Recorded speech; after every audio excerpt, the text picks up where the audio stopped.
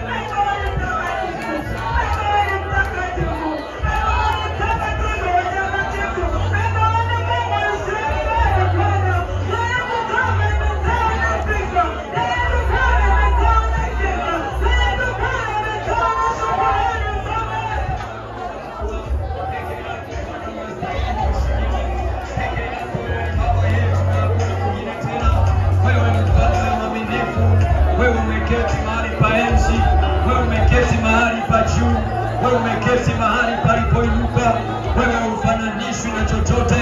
Wewe ni Baba ambaye tunaazimisha siku ya leo, ambaye umetupa neema ya upendeleo kiasi hiki, na sasa tuko mahali hapa Bwana. Pokea sifa za mioyo yetu, pokea sifa za mioyo yetu, pokea sifa za mioyo yetu. Tunakuinua na kutukuza sasa katika enzi yako. Pokea heshima Bwana, pokea heshima Bwana. Wewe ambaye ni kila kitu kwenye maisha yetu, wewe ambaye ni kila kitu kwenye maisha yetu. Ndiyo maana Bwana tunaliazimisha jina lako, ndiyo maana Bwana tunakutukuza wewe, ndiyo maana Bwana tunakurudishia heshima wewe. Wewe ambaye ni Mungu wa miungu yote, wewe ambaye ni mfalme wa wafalme, wewe ambaye ni mshindi wa washindi, wewe ambaye umetukuka, wewe ambaye uko juu ya falme na mamlaka, wewe ambaye haulinganishwi na miungu yoyote, wewe ambaye ni Baba yetu wa tofauti, katika jina la Yesu wa Nazareti. Baba, tunaanguka miguuni pako kwa heshima kubwa na unyenyekevu, tukiona wewe wema wako unavyotuonekania, tukitazama namna unavyotujali, tukitazama unavyotuhudumia. Bwana, ni neema iliyoje, ni neema iliyoje, ni kibali cha namna gani hiki Bwana. Umetufanya kuishi tena, umetupa kibali tena asubuhi ya leo ndani ya masaa haya Bwana. Yesu, pokea sifa zote za mioyo yetu Bwana, maana wewe peke yako ni Mungu. Nasi mahali hapa sasa tukiwa tunaliazimisha jina lako, mioyo yetu inakuelekea wewe. Tunatazama neema yako, tunatazama upendo wako, tunatazama neema zako, tunatazama namna unavyotujali, namna unavyotuhudumia kwa kila wakati kwa viwango na tofauti. Bwana, wewe ni wa pekee, Bwana, wewe ni wa tofauti. Nasi ndio maana katika mazingira haya tunaliazimisha jina lako, tunakuazimisha Bwana, tunakuazimisha ufalme kwenye enzi zako Bwana. Umeketi mahali palipotukuka, wewe ambaye haufananishwi, haulinganishwi na jambo lolote. Pokea sifa zetu Bwana, pokea sifa zetu Bwana, pokea sifa za mioyo yetu. Asante Roho Mtakatifu, asante Roho Mtakatifu, asante Roho Mtakatifu, kwa maana Bwana ni majira haya Bwana, na katika masaa haya pekee sana ambao Mungu mioyo yetu inakuelekea wewe kusifu na kuabudu mahali ulipoinuliwa, maana wewe haulinganishwi na chochote. Baba, asante Bwana, asante Roho Mtakatifu, asante Mungu wa mbingu na nchi, asante kwa upendeleo mkuu, asante kwa kibali cha namna hii, asante Mungu wa rehema. Katika ibada hii ya sifa tunakurudishia sifa wewe Bwana. Roho Mtakatifu unastahili kuinuliwa. Roho Mtakatifu wewe ni wa pekee. Roho Mtakatifu wewe unatenda mambo makubwa. Wewe Bwana umetukuka na kuinuliwa juu zaidi ya kila kitu, juu zaidi ya chochote, juu zaidi ya kila namna ya mwanadamu au kiumbe yeyote. Wewe peke yako umetawala, wewe peke yako ni mfalme. Hata kama watu wakipinga, lakini wewe ni mfalme wa wafalme na ni mtawala, ni mwenye mamlaka Bwana. Tumeona mamlaka yako ikitusaidia, tumeona Bwana upendo wako kwenye maisha yetu. Ndio maana tunasema wewe ni wa pekee Bwana wa uzima. Asante Yesu, asante Roho Mtakatifu, asante Baba yetu kwa utukufu wako, katika jina la Yesu tunakusifu.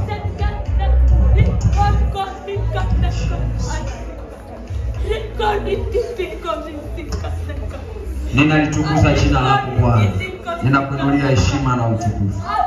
Mungu, wewe ni Mungu wa tofauti. Asante kwa ajili ya masaa mazuri sana, asante kwa kipindi hiki kizuri, asante kwa majira haya. Barikiwa Yesu na Mungu kwa heshima nyingi na utukufu, kupitia jina lako Yesu Kristo. Amen. Miaka 13 ya moto wa uamsho. Tunamtaka Bwana na nguvu zake, pamoja na Bwana kwa umoja na kwa pamoja tunatenda makuu. Pigie Yesu makofi mengi na vigelegele kwa Bwana. Asante. Tunakwenda kwenye neno la Mungu sasa. Amina jamani. Amen. Leo tuna mhubiri wetu mzuri sana Bwana aliyemwandaa kuja kuyanena makusudi na mapenzi ya Mungu katika wakati huu. Na ni heshima yangu nimlete mahali hapa, lakini wakati anakuja mimi nitakuwa nikiomba, nikimwombea maombi ya kuja kuhudumu mahali hapa kwa ajili ya utukufu wa Mungu. Baba, katika jina lako Yesu takatifu, jina lililoinuliwa sana, jina lililotukuka, jina lenye uwezo na nguvu na mamlaka. Asante kwa ajili ya mtumishi wako ambaye umemwandaa kwa siku ya leo kuyanena maneno yako makuu, maneno yenye uzima, maneno yenye uponyaji, maneno yenye kututoa hatua hii kwenda hatua nyingine. Jina lako Mungu linuliwe sana na kubarikiwa, maana ni jina lipitalo majina yote.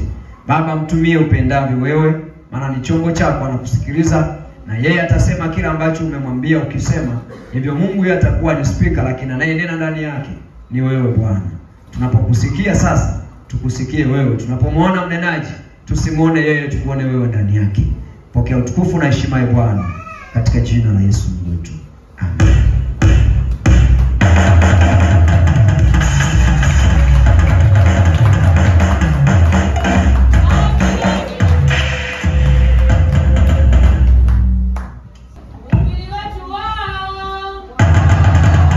Bwana Yesu asifiwe. Haleluya, haleluya, haleluya. Pigie Bwana Yesu makofi na vigelegele asubuhi ya leo. Haleluya. Nataka nikwambie ukiwa ndani ya Bwana, ukiwa ndani ya nyumba ya Bwana, una amani. Haleluya.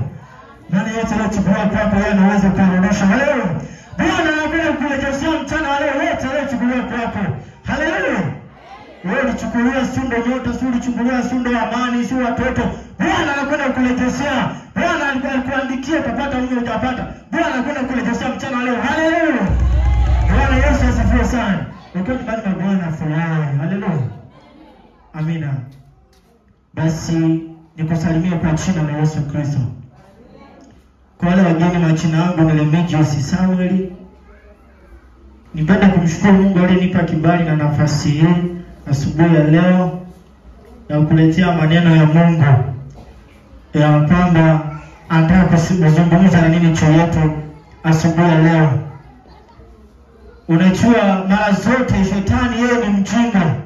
Shetani huwa anajaribu kudanganya na kumuonesha mtu kitu ambacho kiuhalisia sicho.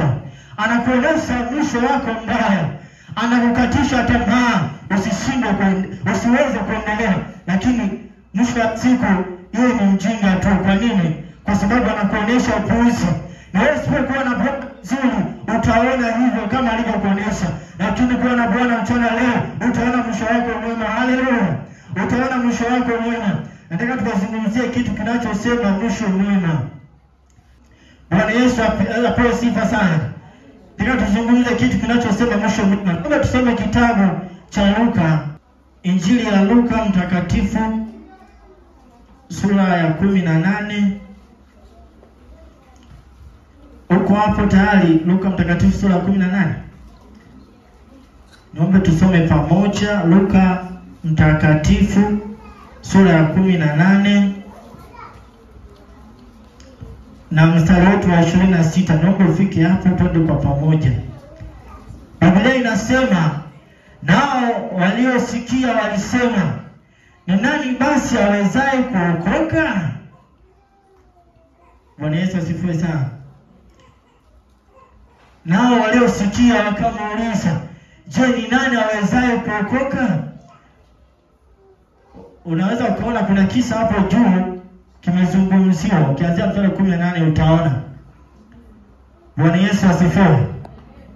Ni kwamba Bwana wa majeshi amemleta Yesu duniani. Sasa Yesu kipindi yupo duniani anaanza kufanya kazi yake hapa duniani. Niombe usudi uweze kuelewa. Tuanzie ule mstari wa 18 ambapo anasema, tena mtu mkubwa mmoja alimuuliza akisema, mwalimu mwema, nifanye nini ili nipate kurithi uzima wa milele? Yesu akamwambia, mbona unaniita mwema? Hakuna aliye mwema ila mmoja, naye ndiye Mungu. Wazijua amri: usizini, usiue, usiibe, usishuhudie uongo, waheshimu baba yako na mama yako. Akasema, haya yote nimeyashika tangu utoto wangu.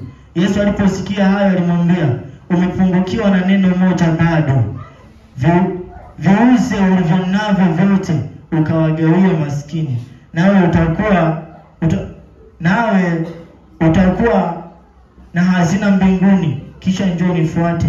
Lakini aliposikia hayo alihuzunika sana, maana alikuwa na mali nyingi. Yesu alipoona vile alisema, kwa shida gani wenye mali wataingia ufalme wa Mungu? Kwa maana ni vyepesi ngamia kupita katika tundu la sindano kuliko tajiri kuingia katika ufalme wa Mungu. Nao waliosikia walisema, ni nani basi awezaye kuokoka? Bwana Yesu asifiwe sana. Kuna watu ambao kibinafsi wanaweza wakafikia hatua wakajiuliza swali hili, nawezaje nikaokoka? Nawezaje nikaokoka? Unajua kuna namna unaweza ukawa unafanya, au unaweza ukawa unafanya kazi fulani, lakini mwisho wa siku unaona kufika bema na ile safari ikawa ni changamoto, ukaona bado siwezi. Kuna watu ambao walianza vema katika ndoa zao, lakini leo wamemaliza vibaya. Wako watu ambao walianza vizuri katika masomo yao, leo wamemaliza vibaya. Wako watu ambao walianza biashara kwa nguvu, kwa uwezo mkubwa, kwa ujuzi mkubwa, lakini walimaliza vibaya. Wako watu ambao tulikuwa nao katika wokovu, walianza wokovu vizuri, lakini leo wamemaliza vibaya. Wengine wameondoka, wengine wameanguka katika dhambi, wengine wamepotea. Ni kwa nini? Wameshindwa kufikia mwisho mwema. Bwana Yesu asifiwe sana. Wanabaki wanajiuliza, wanaweza namna gani wakaokoka? Wanaweza namna gani wakapokea wokovu? Bwana Yesu asifiwe. Unajua kwenye safari, unapokuwa unaanza safari, mwanzo unaweza ukawa na furaha na ukatazamia ushindi, lakini ukakutana na changamoto, ukasema siwezi. Ukikutana na mtu ambaye amekwisha kukata tamaa kwenye safari yake, atakwambia siwezi. Atakwambia mchungaji, mimi siwezi nikaendelea. Siwezi na maombi tena, siwezi huduma tena. Utakuta ni mwanakwaya amekata tamaa, hawezi. Mwanzo aliuchua tufikia mwisho mwema, lakini amekata tamaa. Maana yake hayuko tayari tena kufikia huo mwisho ambao ni mwema. Bwana Yesu asifiwe sana. Lakini pia wapo wengine ni viongozi wakubwa wa makanisa. Wapo wengine ni watumishi wa Mungu ambao walianza kazi vizuri, lakini walikuja kumaliza vibaya. Wako viongozi wa maserikali walianza kazi vizuri, walianza uongozi wao vizuri, lakini walimaliza vibaya. Bwana Yesu asifiwe sana. Huenda unaweza kuwa una swali kwamba unaweza ukaokokaje, lakini nikuombe ujiulize maswali haya asubuhi ya leo. Je, ni wangapi wako jela kwa kusingizia ambao wana nafasi kama ya kwako? Je, ni wangapi ambao wamekwisha kulala? Pengine unawachua, pengine ulicheza nao utotoni, pengine ulisoma nao, pengine ulianza nao kazi fulani, lakini leo wamelala. Unadhani wewe ni mwema sana, kwamba wewe usiweke ulimi wewe uko hai. Ni kwa nini? Unaweza ukatazama ni wangapi ambao ni walemavu, ni wangapi walisafiri pamoja na wewe, safari zako tu kama unavyosafiri wewe, lakini walipata ajali, hawawezi. Wengine wako vitandani, hawawezi. Lakini wewe Mungu amekupa nafasi upo hai. Unajua ni kwa nini Mungu amekuacha? Unajua ni kwa nini Mungu amekupa hiyo nafasi? Unajua ni kwa nini Mungu ameendelea kutunza utambulisho wako mbele zake? Ni kwa sababu anataka umalize vizuri. Haleluya. Mungu anatamani uwe na mwisho mwema mchana wa leo. Mungu anatamani kwenye huduma yako umalize vizuri. Mungu anatamani kwenye kazi yako umalize vizuri. Mungu anatamani familia yako imalize vizuri. Haleluya, haleluya. Mungu anatamani mpendo umalize vizuri. Ndio maana amekupa nafasi. Ndio maana Mungu amekupa nafasi hiyo uliona mbele zako. Anataka umalize vizuri. Bwana Yesu asifiwe sana. Unajua kumaliza vizuri kwenye huduma yako ni swala ambalo Bwana analitaka. Usije ukaangalia ulianza namna gani. Hata ambao unapata ajali, huwa hawaanzi kwamba wana matumaini ya ajali. Hapana. Mwanzo ikiwa wanaanza na furaha, lakini mwisho wanakwenda kumaliza vibaya. Hao waimbaji unaona wanaanguka, hao watumishi unaona wanaanguka huko, sio kwamba walianza vibaya. Hapana. Tena wengine walianza na nguvu kubwa ulionao wewe mchana wa leo, kuliko ulionao katika huduma ulionayo. Ulianza vizuri, lakini leo wako wapi? Wameanguka. Leo wako wapi? Wamerudi nyuma, wamekuwa na mwisho mbaya. Bwana Yesu asifiwe sana. Na wewe unaweza kujiuliza, nawezaje sasa nikaokoka? Naweza namna gani nikaokoka? Unajua kuna wapuzi fulani ukikuna wasikiliza, utasikia wanakuambia hakuna wokovu. Wokovu bwana waga haupo. Tunaenda tu. Unajua mambo mengine bwana ni uongo. Bwana Yesu asifiwe. Unakuta na mtu ashakata tamaa, asharudi nyuma miaka, unaenda kumuomba ushauri wa namna hiyo, anakuvunja moyo. Bwana Yesu asifiwe. Wengine kuna watu ambao tayari walishakwisha kuanguka. Unajua, naposema kuanguka ni kurudi nyuma kiroho. Waga watu wanaanguka kwa namna mbili. Kuna mtu akianguka, huwa kuna kuanguka wazi na kuanguka kwa siri. Mtu unapoona ameanguka wazi, mtu aliyeanguka wazi huwa ni afadhali. Mtu kama ameanguka wazi mara ya kwanza ni afadhali, unaweza kumsaidia. Lakini mtu ambaye ameanguka kwa siri, ukija umekuja kumuona wazi, ujue alianguka zamani. Bwana Yesu asifiwe. Alianguka zamani. Utakuta ni mchungaji mlevi, utakuta mzee wa kanisa mchawi, utakuta shemasi mzinzi, utakuta waimbaji ni wazinzi wa sharati. Ukija kumuona wewe, ujue alianza zamani, alishakwisha kuanguka. Bwana Yesu asifiwe. Tayari ana mwisho mbaya, lakini yupo katikati ya wema. Yupo katikati ya watu ambao wanaonekana ndio, lakini alishaanguka. Bwana Yesu asifiwe sana. Ukimkuta wewe ukaenda kumuomba ushauri, ukimkuta wewe atakwambia yaani tunasali tu, lakini unajua mambo mengine unachanganya na zangu. Bwana Yesu asifiwe. Ana mwisho mbaya. Bwana Yesu asifiwe sana. Na kuna watu ambao wao wamekuwa ni wataalamu wa kurudisha wenzao nyuma. Mtu kaokoka na siku mbili, mtu kaokoka na miezi miwili, umepewa umlee, badala umlee unamvunja moyo. Unaanza kuongea maneno yasiyofaa kwa mtoto. Unaanza kufanya vitu ambavyo anaona na wokovu tena ni hivi, na warokore wako hivi, anarudi nyuma. Kwa nini? Kwa sababu yako wewe tu umeanguka. Ushatazama kuwa na mwisho mbaya, unaanza kuwavunja na moyo na wengine. Ushinde kwa jina la Yesu mchana leo. Bwana Yesu asifiwe sana. Bwana Yesu asifiwe sana.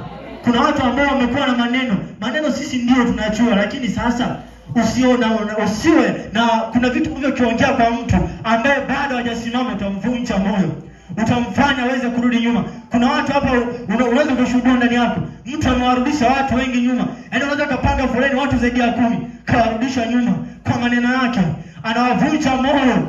Wewe ni mtoto mchanga, unampaje mfupa? Unampaje ugali mgumu? Unataka umwangamize huyo mtoto. Bwana Yesu asifiwe sana. Ameshindwa kuvumilia. Kama ni maneno ya kuvunja moyo, katafute wenye imani zilizosimama kwa kuvunja moyo. Haleluya. Bwana Yesu asifiwe sana. Lakini kwa nini haya yote watu wanayafanya? Unaamua kufanya kazi ya shetani wakati uko ndani ya kanisa. Ana mwisho, alishatazama mwisho wake mbaya. Yaani kuna watu wamo lakini hawana mpango wa kwenda mbinguni. Lakini hapa yupo katika jina la Yesu. Bwana Yesu asifiwe sana. Ili umalize vema, jambo la kwanza, tunza neema ya Mungu kwako. Tunza neema ya Mungu kwako. Bwana Yesu asifiwe sana. Unajua kuna watu ambao Mungu amewajalia neema. Mungu amewapa neema. Kuna neema Mungu ameachilia kwenye maisha yako. Kuna vitu, ninaposema neema, ni kile kitu ambacho Bwana amekukirimia. Bwana amekupa bure kama ulivyo wokovu. Hatukufaa sisi kuokolewa, lakini Mungu alitupa neema. Biblia inasema alinyenyekesha mpaka mauti ya msalaba ili nipate mimi na wewe, na akakupitia kunyenyekesha kwake, kufa kwake, sisi tukapata kuokolewa. Bwana Yesu asifiwe sana. Sasa naposema tunza neema ya Mungu kwako, kuna Mungu ameachilia neema juu ya maisha yako. Mungu ameachilia neema kwenye familia yako. Mungu ameachilia neema kazini kwako. Wewe mwenyewe unashuhudia. Kuna neema Mungu ameachilia kwako ambazo wengine hawana. Wewe familia yako ina amani, kuna mtu hana amani. Wewe umepata mume mzuri, kuna mwenzako anapiga magoti hajampata mume. Kuna mtu anataka mtu, anapiga magoti hajapata mume. Lakini wewe naye unamtunza vibaya. Unachezea neema Mungu aliyekupa. Tunza neema ya Mungu. Bwana Yesu asifiwe sana. Kuna watu wamepewa amani, familia yako ina amani, ukoo wako una amani. Kuna wengine ni ndugu wanaishi kwa vita, wanaishi katika marumbano, amani haipo kwenye familia, baba na mama hawaelewani, lakini wewe na mke wako unaishi kwa amani. Tunza hiyo neema. Bwana Yesu asifiwe sana. Itunze neema ya Mungu. Ni huduma unafanya, Mungu amekuinua. Ni huduma unafanya, Mungu amekubarikia. Biblia inasema neema ambayo Mungu ameachilia kwako mchana wa leo unatakiwa uweze kuitunza. Kwa nini? Hiyo neema ambayo Bwana amekupa bure, kuna watu wanaihitaji. Hiyo neema ambayo Mungu ameachilia kwako, ukishinda kuitunza, Bwana anaweza kaachilia hiyo neema kawapa watu wengine. Bwana Yesu asifiwe sana. Hujashuhudia mtu ni tajiri, mtu ambaye ana pesa, hujashuhudia anapangiwa ale nini, anapangiwa na daktari ule jambo fulani, ule chakula fulani. Kwa nini? Ameshinda kutunza neema Mungu aliyompa. Bwana Yesu asifiwe sana. Kuna watu ambao ndio wana maisha mazuri, lakini anazaa watoto, umeshangaa mtoto ni kipofu, anazaa watoto, mtoto mara ana matatizo ya macho, anavaa miwani, anazaa mtoto, vitu kama hivyo. Umeshinda kutunza neema ya Mungu. Bwana Yesu asifiwe sana. Tunza neema ya Mungu aliyoachilia kwako. Kwenye huduma unayoifanya kuna neema Mungu ameachilia. Itunze hiyo neema. Bwana Yesu asifiwe sana. Unachua ukishinda kuitunza hiyo neema, wenda Mungu anaweza kaichukua neema kumhamishia mtu mwingine. Bwana Yesu asifiwe.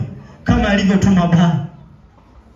Unapofanya ndio mabaya kwako, wewe utakapokaa vizuri na Mungu wako, anaweza akachukua mabaya akamrudishia adui.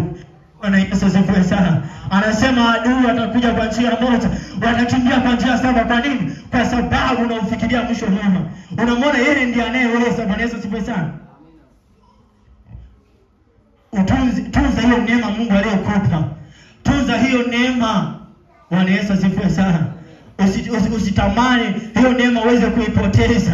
Kuna watu wanalia. Kuna watu leo hii hawana chakula, afu unapata chakula unatupa tu. Unashindwa kutunza hata hizo chakula vizuri. Unajua kuna namna ya kutunza vitu. Unaweza kuvikia vitu kwa maintain vitu vyako vikakaa sawa. Lakini wewe mtu mwingine anapata chakula, anaenda paka na mwaga kabisa. Bwana Yesu asifiwe sana. Tunza neema Mungu aliyoachilia kwako. Lakini jambo jingine, kuwa tayari kujifunza. Kuwa tayari kujifunza.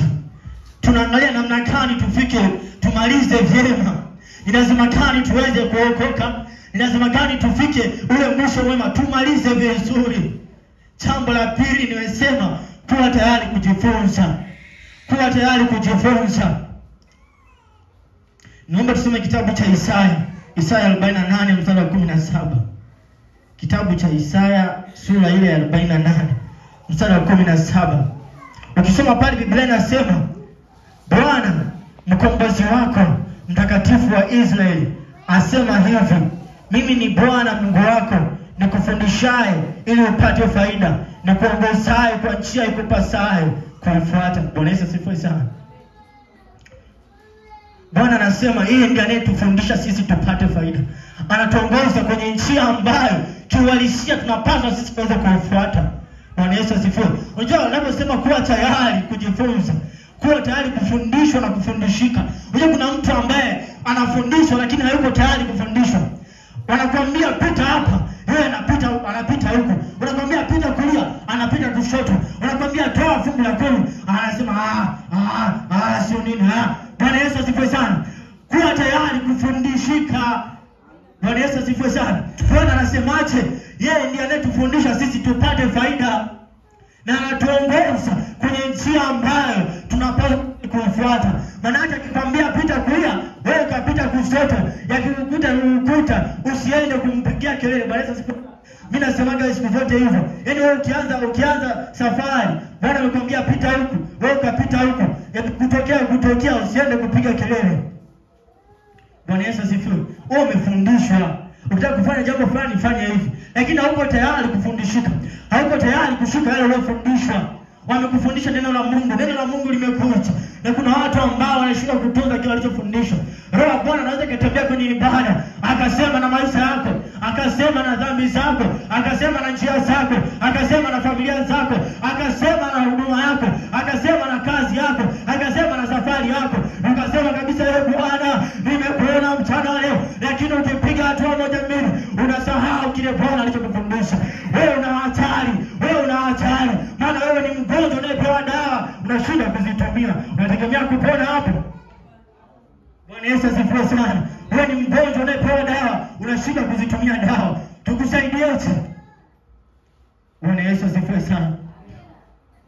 Kuwa tayari kufundishika. Bwana anatamani kufundishe mchana wa leo. Mungu anapopenda kufundisha, uwe tayari kufundishika. Kuna watu mpaka wameshuhudia. Unajua, yani Mungu anataka umalize vizuri. Mungu shauku alionao ni wewe ufike salama, ni wewe ufike kule alikokuandalia, ni wewe ufike kwenye makao mazuri. Bwana ndio shauku alionao tu yako. Lakini unakuta mtu ambaye Bwana anaangalia kujenga makao, anaangalia kumuongoza huyu mtu. Hata Mungu ametumia watu, ametumia watumishi, ametumia watu mbalimbali wamekuja kukushuhudia juu ya jambo lako, lakini bado umefanya moyo mgumu. Bwana Yesu asifiwe sana. Biblia kwenye Agano la Kale Biblia inasema mtu kama huyu ni mtu ambaye ikitokea tu unapewa dawa unakataa, kuna siku hiyo shingo itavunjika, na ikivunjika tu hautapata dawa. Bwana Yesu asifiwe sana. Kuwa tayari kufundishika, mtu wa Mungu. Kama unataka kumaliza salama, kuwa tayari kufundishika. Wewe ni kijana, umeambiwa kwamba hutakiwi upate uwezo wako kwa njia ambayo sio ya baraka kwa wazazi, sio ya baraka kwa kanisa. Wewe unaenda kufanya hivyo, yakikukuta umeshindwa kushika ambacho umefundishwa, basi utajua mwenyewe. Bwana Yesu asifiwe sana. Kuwa tayari kufundishika. Lakini jambo jingine, sahau. Jambo la tatu, sahau. Bwana Yesu asifiwe sana. Ili kusudi tuweze kumaliza salama, tufike tunapokwenda salama, lazima tusahau. Naposema kusahau, sahau yale yote yaliyosababisha kushindwa kwako. Sahau kufeli kwako kule nyuma. Lakini sio kufeli kwako tu, sahau hata mafanikio yako ya nyuma. Bwana Yesu asifiwe sana. Unajua kwa nini naposema sahau vyote? Sahau kufanikiwa, kuumizwa, sahau hata kama ulifanikiwa, sahau. Bwana Yesu asifiwe sana. Unajua kuna watu ambao wamekuwa wanafanya vitu kama mazoea. Nimekwambia sahau. Mungu ni Mungu wa utaratibu, na Mungu anatamani kila ibada na kila huduma na kila kazi unaifanya iwe kwa maelekezo yake. Usije kwenda na maelekezo ya mwaka jana, utaenda nayo mwaka huu, utapotea. Bwana Yesu asifiwe sana. Bwana Yesu asifiwe. Mungu alikuelekeza kwenye ibada fulani, sema hivi. Usije kwenda kwenye ibada nyingine tena ukasema wewe msikilize Bwana anachokisema. Bwana Yesu asifiwe sana. Sahau. Unajua kuna mtu ambaye ndio ulishinda, ndio ulipata ugonjwa fulani ulikutesa, ndio ulifanya kilimo haukuvuna, ulifanya kazi yako ukapoteza mtaji. Ni pengine labda uliomba mwaka jana hujapata mwenzako wa ndoa, ndio uliomba lakini ulikupata. Uliomba ufaulu, ulifeli. Ndio uliomba ukafaulu sana, lakini sahau wale wote. Bwana Yesu asifiwe sana. Bwana Yesu asifiwe sana. Ili kusudi uweze kupata nguvu ya kuendelea. Angalia wakati wa sasa. Bwana Yesu asifiwe sana. Leo ione ni siku mpya kwako. Unapokuja usije ukasema sababu nilikuwa na kitu fulani, usije kwa sababu nilifeli, siwezi, niliimba, nilifanya huduma fulani hawakunipokea, basi mimi siendelee. Bwana Yesu asifiwe sana. Vyovyote vile, sahau hayo yote ambayo yalitokea nyuma yako. Ni kweli ulishindwa, lakini leo simama kwa nguvu. Mwambie Bwana lazima naweza. Jana walikuja wachawi wa kunyonga, ndio, lakini leo mwambie Bwana naye atafanya. Bwana Yesu asifiwe sana. Ndipo tunaweza tukamaliza salama. Sahau. Ukija mbele za Bwana unasema kwa sababu mwaka jana mimi niliimba Bwana akanifurikia roho, basi utembee na nguvu ile. Hapana. Sahau vyote. Jione kama wewe ni mpya. Mimi siku zote watu nao wanaongea na mimi waga nawaambia, kufanya vizuri sio kazi. Yaani sio kazi. Ukiwa mwaminifu, ukatembea kwenye uamsho, sio kazi. Lakini kazi ni kuendelea kufanya kile ambacho unatakiwa kufanya. Wewe ni mtumishi wa Mungu. Unalichunga la Bwana. Wewe ni mwenyekiti wa idara. Ndio, hiyo sio kazi. Kazi ni kuendelea kukubalika mbele ya watu. Kazi ni kuendelea kuonekana uko vyema mbele za Mungu. Kazi uliimba, ndio, ulifunga maombi Bwana akasikia. Hiyo sio sio kazi. Kazi ni Bwana aendelee kuwa na wewe. Bwana aendelee kukusikia. Kila siku unapokwenda kumwita, Bwana aweze kukujibu. Kila siku utakapokwenda mbele za Bwana, aweze kuleta haja ya moyo wako. Hiyo ndio kazi. Bwana Yesu asifiwe sana. Consistency, mwendelezo ndio kazi. Bwana Yesu asifiwe sana. Unajai kuona mtu anasema na zamani yangu bwana. Na mimi na zamani yangu, zamani.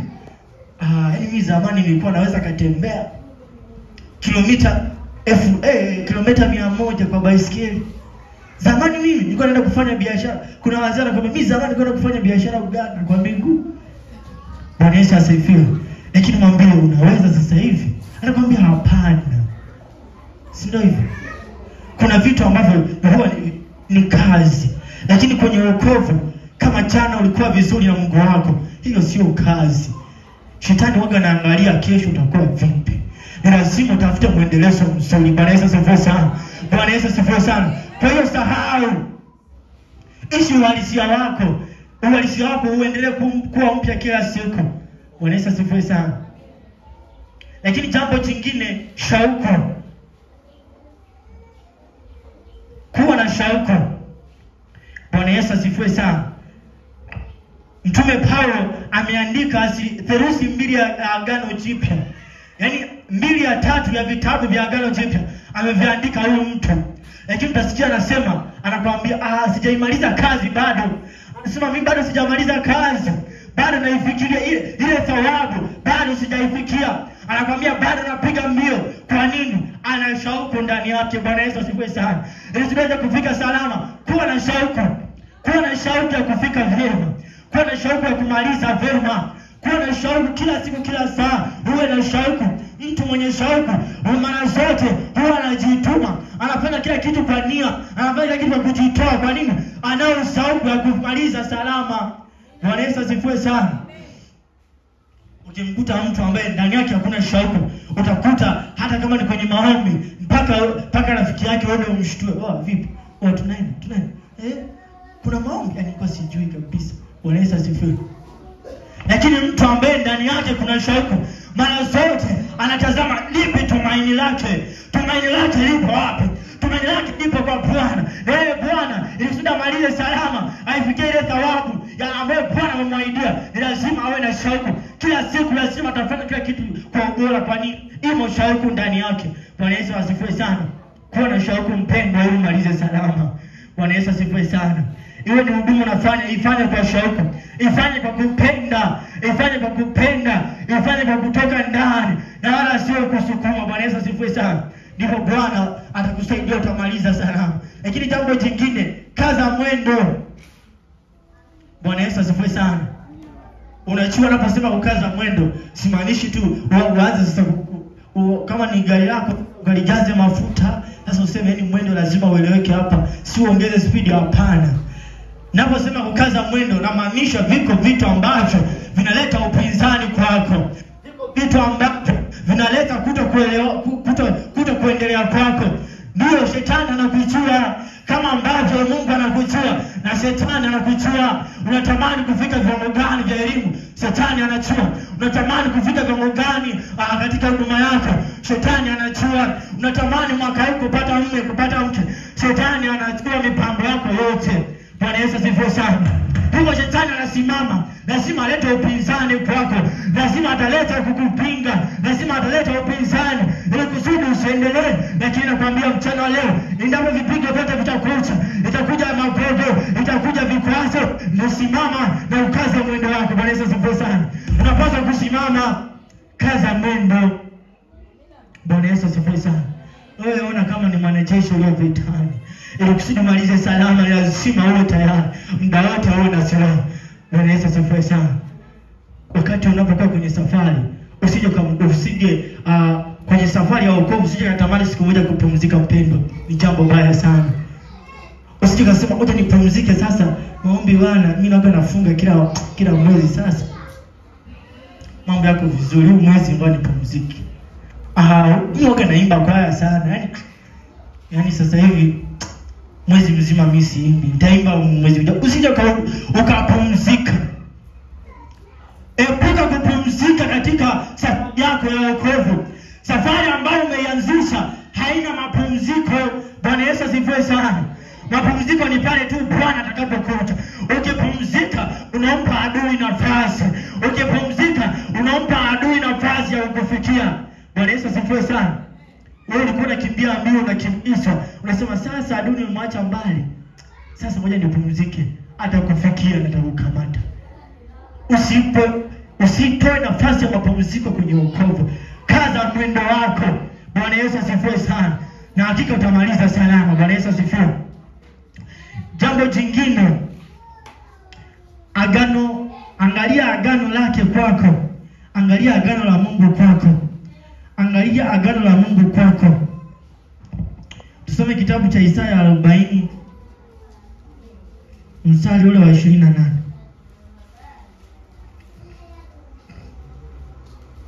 Ukisoma pale anasema, je, wewe hukujua? Hukusikia? Yeye Mungu wa milele, Bwana Mungu muumba miisho ya dunia, hazimii wala hachoki, akili zake hazichunguziki. 29. Huwapa nguvu wazimiao, humongezea nguvu yeye asiyekuwa na uwezo. 30. Hata vijana watazimia na kuchoka, na wanaume na vijana wataanguka. 31. Bali wamngojeao Bwana, watapata nguvu mpya, watapanda juu kwa mbawa kama tai, watapiga mbio wala hawatachoka, watakwenda kwa miguu wala hawatazimia. Bwana Yesu asifiwe sana. Unajua kwa sababu gani? Unamngojea Bwana. Hiyo ndio agano lako wewe na Mungu. Bwana Yesu asifiwe sana. Sisi agano letu na Mungu ni kusimama, kama nilivyokuambia, ni kupiga mbio hivyo hivyo mpaka ukamilifu wa dahari. Bwana Yesu asifiwe sana. Tazama agano lako kwa Mungu. Mungu ameweka agano na wewe. Agano la Mungu kwako ni wewe usitende dhambi, ni wewe utangaze injili, ni wewe usimame uifanye kazi yake, umwaibishe shetani kupitia injili hiyo, umwaibishe shetani, waliofungwa wapate kufunguliwa. Kwa nini? Kwa sababu ni agano lake kwako, ndipo utamaliza salama. Bwana Yesu asifiwe. Ili kusudi uwe na mwisho mwema, angalia agano la Mungu kwako. Mungu amesema ukimngojea yeye, ukimngojea Bwana wako, ukimngojea yeye, anasema hautazimia. Bwana Yesu asifiwe sana. Atakupa nguvu, utapaa juu kwa mbawa kama tai. Bwana Yesu asifiwe sana. Angalia agano lako kwa Mungu ni lipi. Lakini jambo jingine, tunza utambulisho wako kwa Mungu. Tunza utambulisho wako kwa Mungu. Bwana Yesu asifiwe sana. Ukisoma kitabu cha Isaya kwa muda wako 49:16, anasema amekuchora kwenye vitanga vya mikono yake. Anajua ukomo wako wewe. Mungu anajua kulia na kushoto kwako. Huo ndio utambulisho Mungu anajua. Mungu amekuchora kwenye vitanga vya mikono yake. Kwa hiyo Mungu akigeuka tu hivi anakutazama, anajua. Bwana Yesu asifiwe sana. Bwana Yesu asifiwe. Kama bwana harusi mmoja alivyokuwa anamjua bibi harusi wake, kaondoka, kamwambia nakwenda sasa, nikirudi tunaanza kufanya sherehe ya ndoa. Kaondoka bwana harusi. Bwana harusi kaondoka na kaa huko. Yeye kampenda binti jinsi alivyo. Bwana Yesu asifiwe sana. Sasa binti na yeye kabadilisha muonekano wake. Alimpenda ni mweusi kama mweupe. Bwana Yesu asifiwe sana. Sasa kaja anamwambia, bwana harusi wangu ndio mimi bibi harusi wako. Anasema mimi sikujui. Bwana Yesu asifiwe sana. Anasema mimi sikujui. Mimi niliyempenda anasema ni Black Beauty, si ndio? Lakini wewe ni mweupe. Mimi sikujui. Bwana Yesu asifiwe sana. Kwa nini? Alibadilisha utambulisho wake kwa Mungu. Hivyo wewe tunza utambulisho wako kwa Mungu. Kuna watu ambao unafanya kazi, unafanya huduma, unafanya kila kitu. Mungu anajua kwa namna Mungu anakujua wewe. Sasa usije ukasema basi ngoja niende kinyume na wewe, Mungu anakujua. Ulishazoea kila siku lazima muombe Mungu. Mungu anakujua wewe kwenye maombi. Sasa ulishafanya mistake moja ukaacha maombi. Baada ya kuwa umeacha maombi, Mungu sasa anachokwenda ukifanya, anatoa uwepo wake mbele zako. Unashangaa unamuomba, mambo yako yanaenda kombo. Ulikuwa unafanya kazi zako vizuri, sasa zinaenda tofauti na ambavyo ulikuwa unajua. Kwa nini? Umebadilisha utambulisho. Ni wangapi ambao simu zao zina password? Una simu afu umeweka utambulisho wako. Yaani hiyo simu wewe unajua utambulisho wa hiyo simu. Ukiingia tu pale na kujua wewe kama unaandika Amina au unaandika 2000, yaani ukiandika hiyo ndio anakujua ni wewe mwenye simu. Yaani kama akija mtu akaandika 5000 na kataa. Bwana Yesu asifiwe sana. Wangapi? Ni siku gani ambayo ulichukua ukaandika sasa ukaamua kubadilisha utambulisho? Unasema wewe niandike ni 5000, wewe niandike 10000. Afu ikasema sawa. Inakataa, si ndio hivyo? Na wewe tunza utambulisho wako kwa Mungu. Bwana Yesu asifiwe sana. Wewe sijui uko namna gani, sio ni maskini. Hivyo jikubali jinsi ulivyo. Mungu anakujua hivyo jinsi ulivyo. Bwana Yesu asifiwe sana. Sio sema sasa Mungu sasa wewe umenipa kazi hii, afu mimi niko hivi. Mungu mbona mimi siwezi? Ungeangalia wale wengine. Hivyo jinsi ulivyo, ukubali utambulisho wako kwa Mungu. Bwana Yesu asifiwe sana. Jambo la mwisho, weka msimamo wa kile unachokiamini. Weka utambulisho wa kile unachokiamini. Weka msimamo wa kile unachokiamini. Bwana Yesu asifiwe sana. Unajua hapa ndipo imekuwa shida. Kwenye shule ya wanafunzi na maandiko wiki iliyopita nilisema kuna mtu tulikuwa naye shuleni alibadilishwa dini. Alibadilishwa imani yake. Kwa nini? Kwa sababu alishindwa kusimamia kile anachokiamini. Bwana Yesu asifiwe. Safari tulionao ni safari ambayo ina mitazamo mingi, ina njia nyingi, ina vikwazo vingi, ina vitu vingi vya kukatisha tamaa, ina vitu vingi vya kurudisha nyuma. Pengine hata mtu wa nyumbani kwako anafanyia kikwazo kwenye huduma yako, anafanyia kikwazo. Kuna watu ambao wewe ni wanandoa, tukiona hapa na wanapendeza, lakini huko ndani wanavyo vikwazo, wamekorofishana. Kuna wengine ni ndogo, lakini kwa nini? Kwa sababu huyu mtu anajaribu kurudishwa nyuma. Bwana Yesu asifiwe sana. Asipoweza kusimamia msimamo alionao, lazima adondoke. Ni lazima asimalize vyema. Bwana Yesu asifiwe sana. Lakini mtu ambaye anasimama vyema, mtu ambaye anasimama, anasema mimi ninachokiamini ni 1 2 3, huyo mtu lazima atafika kweli. Bwana Yesu asifiwe sana. Siku zote ukishinda kusimamia kile ambacho wewe unakiamini, utaamini ambacho mwingine anakiamini. Ukishinda kufanya kile ambacho wewe umepewa uweze ukifanya, utafanya kazi ambazo kiuhalisia zikuwa za kwako. Bwana Yesu asifiwe. Mungu amekupa kusudi mpendwa. Mungu amekupa kusudi. Mungu ameweka kusudi ndani yako. Jinsi unavyoishi pengine Mungu hajataka uishi hivyo. Pengine maisha unayoishi mpendwa sio maisha ambayo Mungu alikupangia. Lakini umekosa kitu ambacho ni msimamo. Umeshindwa kusimamia. Unaishi kwenye kopi sasa. Unaishi kwenye mitazamo ya watu. Unaishi kwenye misimamo ambayo sio ya kwako. Unaishi kwenye imani ambayo sio ya kwako.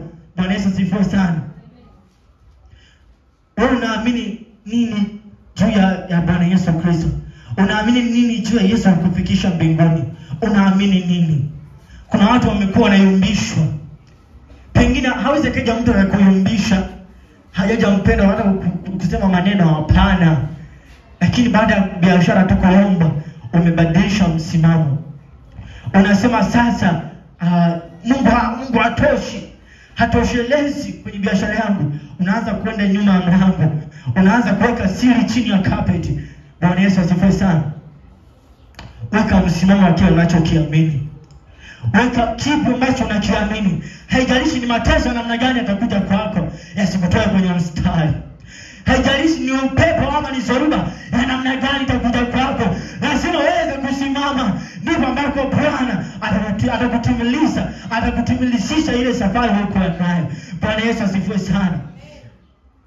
Unajua kuna wakati nakwenda kumaliza. Unajua kuna wakati Yesu amezungumza kitu cha tofauti. Kuna mtu anaitwa Yohana Mbatizaji. Huyo Yohana Mbatizaji hakuwa watu miongoni mwa wale ambao unaweza kusema wamesoma.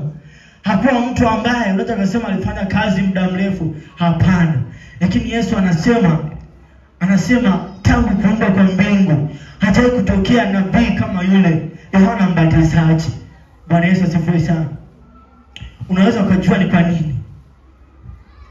Endapo unaweza kusimama ukatamani uweze kumaliza tena, uwe na mwisho ambao ni mwema, utambulisho wako upo vizuri kwa Mungu, imani yako iko vizuri kwa Mungu, unatunza neema ya Mungu kama nilivyokwisha kusema, Mungu atajivunia wewe.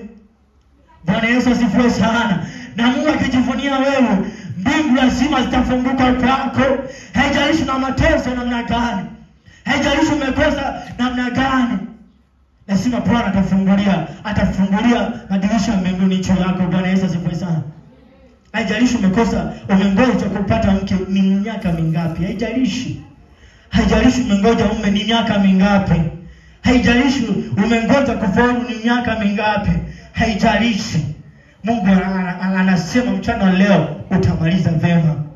Mungu anasema utamaliza vema. Kwenye usichana wako wewe utamaliza vema. Kwenye ujana wako wewe utamaliza vema. Kwenye kazi ulionayo haitakuwa ni kikwazo cha kumwacha Mungu wako, utamaliza salama. Bwana Yesu asifiwe sana. Huduma ulionayo Mungu anasema mchana leo utaimaliza vema. Hiyo huduma ulionayo hautavunjika moyo wala hautaanguka. Ijapo utakosa, ijapo utapata kibali, ijapo Mungu atakuinua sana, hautaanguka mpendwa. Bwana Yesu asifiwe sana. Amen.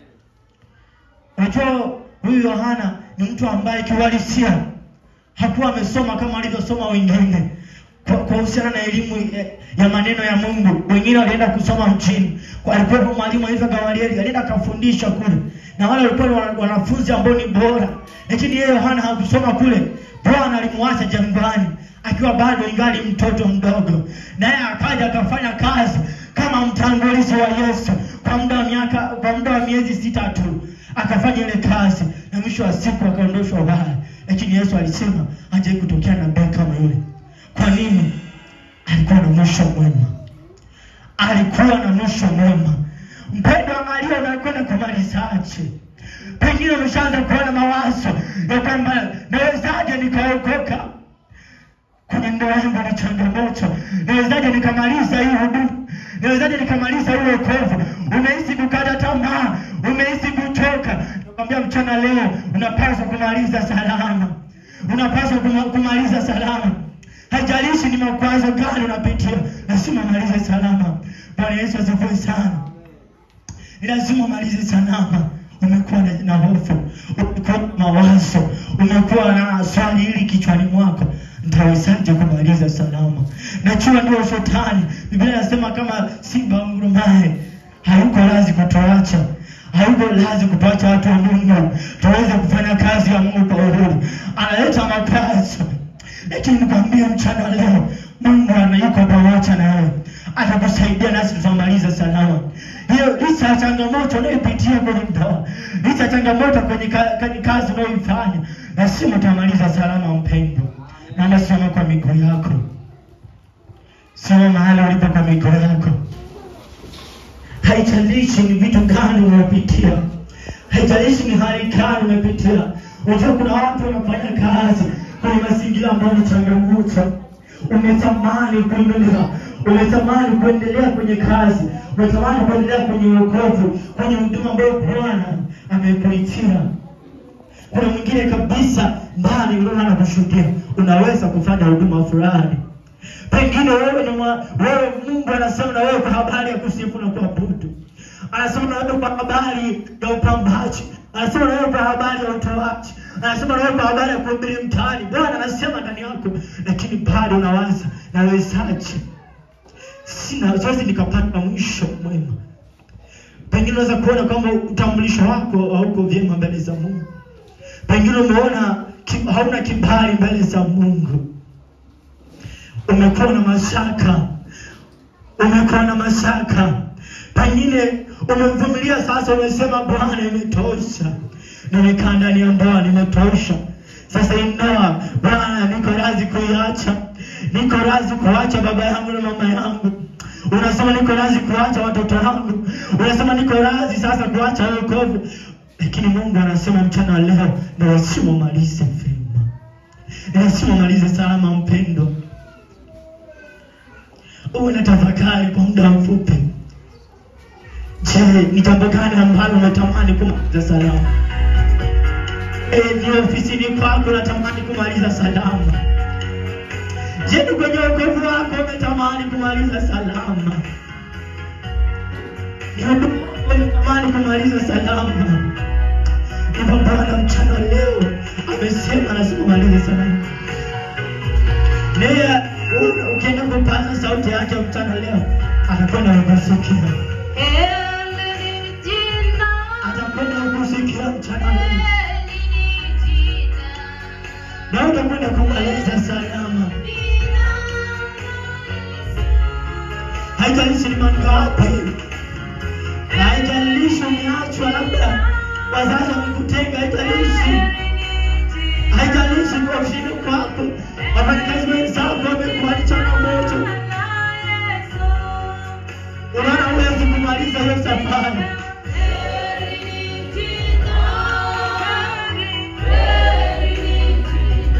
Kuna watu ambao Bwana amesema sana juu ya kazi yako, juu ya kazi yako, juu ya ndoa yako,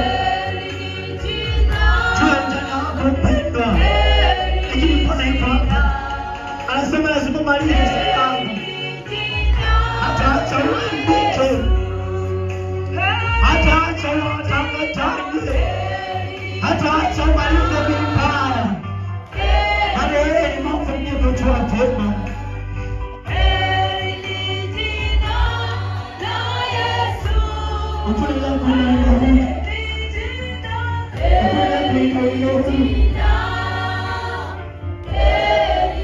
Tafakari ni wapi unatamani kumaliza vizuri. Tafakari ni wapi unatamani kumaliza vyema. Tafakari ni wapi unatamani kumaliza vyema. Na tukwenda kuomba na wale wote ambao wanatamani kumaliza vyema. Kijana anatamani kumaliza ujana wako salama. Usije kaanguka kwenye wazee. Usije kaanguka kwenye ujana wako. Usije kaanguka kwenye kazi unayo. Wanakuomba mchana leo. Unatamani kumaliza vyema. Unaonyesha mkono mahali ulipo. Nyosha mkono mahali ulipo. Unatamani kumaliza vyema. Kwenye huduma yako unayo. Unatamani kumaliza vyema kwenye kazi unayo. Kwenye vitu ambavyo wewe kuitia wewe kumaliza vyema. Kuomba mchana leo. Natamka maneno haya kwa kuomba. Mwambie Bwana kujalie mwisho mwema. Nisha magumu yote. Mwambie Bwana kujalie mwisho mwema. Mwambie Bwana akujalie mwisho mwema. Bwana mama steto. Wewe bado unatujua. Kabla misingi ya dunia kuwekwa. Wewe bado unatujua. Unajua maisha yetu Bwana si wanakuanza mfano. Ejo Mungu usimame na maisha kila mmoja mmoja. Wanda Bwana usiseme na mama yule kimsema na mimi.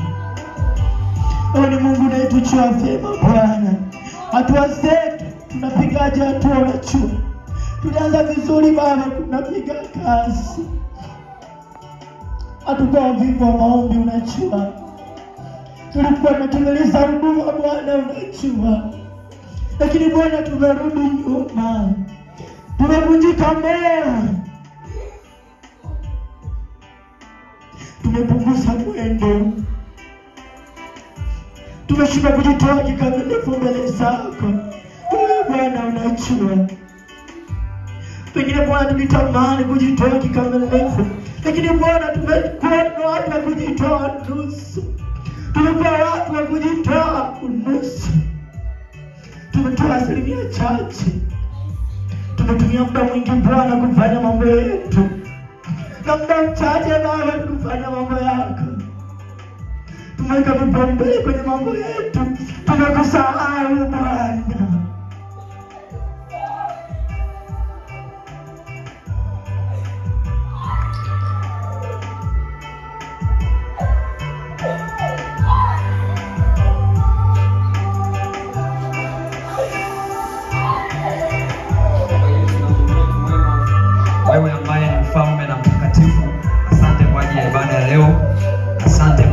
majira haya mazuri sana. Asante kwa kusema na mioyo yetu. Asante kwa kuwahudumia watoto wako. Asante kwa kutujalia neema iliyo tofauti. Asante kwa kutuhudumia katika ibada njema hii. Tumefika tamati Bwana. Kila mmoja Bwana ukamguse. Ataka ambaye Mungu anasikiliza mahali hapa na atakayetazama ibada hii. Bwana usimwache bila kumhudumia. Baba ufunguaye na kumaliza matatizo ya watu wako. Tunakukabidhi kila wasikilizaji wetu Bwana ukawahudumie. Wasikilizaji wetu Bwana ukawaponye wenye magonjwa, wenye changamoto ukawavushe, wenye matatizo mbalimbali wasaidie. Mungu hatuna mashaka ya kwamba uko kazini sasa kuwahudumia watu wote ambao tuko pamoja mahali hapa na wale wanaotufuatilia. Neema yako haitawaacha. Utakuwa pamoja na kila mmoja kwa utukufu wa jina la Yesu Kristo Mungu wetu. Amen.